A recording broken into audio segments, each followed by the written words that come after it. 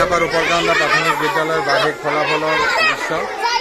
এয়া ছাত্ৰ ছাত্ৰীসকলে প্ৰত্যেকে নিজে নিজে ৰিজাল্টসমূহ চাই আছে।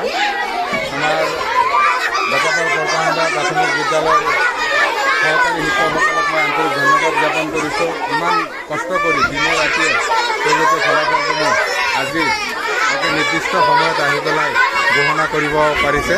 একচুৱেলি আমাৰ বাৰেক ছাৰ, উৎপল ছাৰ দিনে নিশাই ৰিজাল্টৰ কাৰণে বহুত কষ্ট কৰিছে। আজিও ছাত্ৰ ছাত্ৰীসকলৰ লগত লাগি আছে। তেওঁলোকে ছাত্ৰ ছাত্ৰীসকলৰ ৰিজাল্টসমূহ দিবৰ কাৰণে আৰু প্ৰত্যেককে যি প্ৰগ্ৰেছ ৰিপৰ্ট কাৰ্ড, আমাৰ সামগ্ৰিক মূল্যায়নৰ তথ্য কাৰ্ড যিকেইটা আছে এই কাৰ্ডসমূহ আজি আমাৰ ছাত্ৰ ছাত্ৰীসকলৰ মাজত বিতৰণ কৰা হ'ব। ছাত্ৰ ছাত্ৰীসকল আজি উৎফুল্লিত।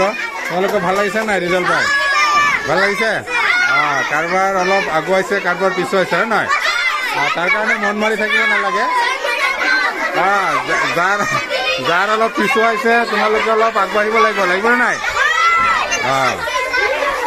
তই ৰিজাল্ট পাই কেনেকুৱা লাগিছে? ভাল লাগিছে নাই? এতিয়া কিমান হৈছে? নম্বৰ কিমান হৈছে? 1 হৈছে। আগত কিমান আছিলে? 1 আছিলে। গতিকে আমাৰ তামান্না আগত 1 আছিলে, এতিয়া 1 হৈছে। আমাৰ এই বাৰেক ছাৰ আছে, ৰিজাল্টৰ কাৰণে বহুত কষ্ট কৰিছে। উৎপল ছাৰো কষ্ট কৰিছে।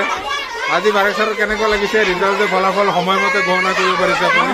বহুত ভাল লাগিছে। আমি কষ্ট কৰিছিলোঁ, আনন্দৰ সীমা নাই বাৰেক ছাৰৰ। ছাত্ৰ ছাত্ৰীসকলে একে সাৱটি ধৰিছে।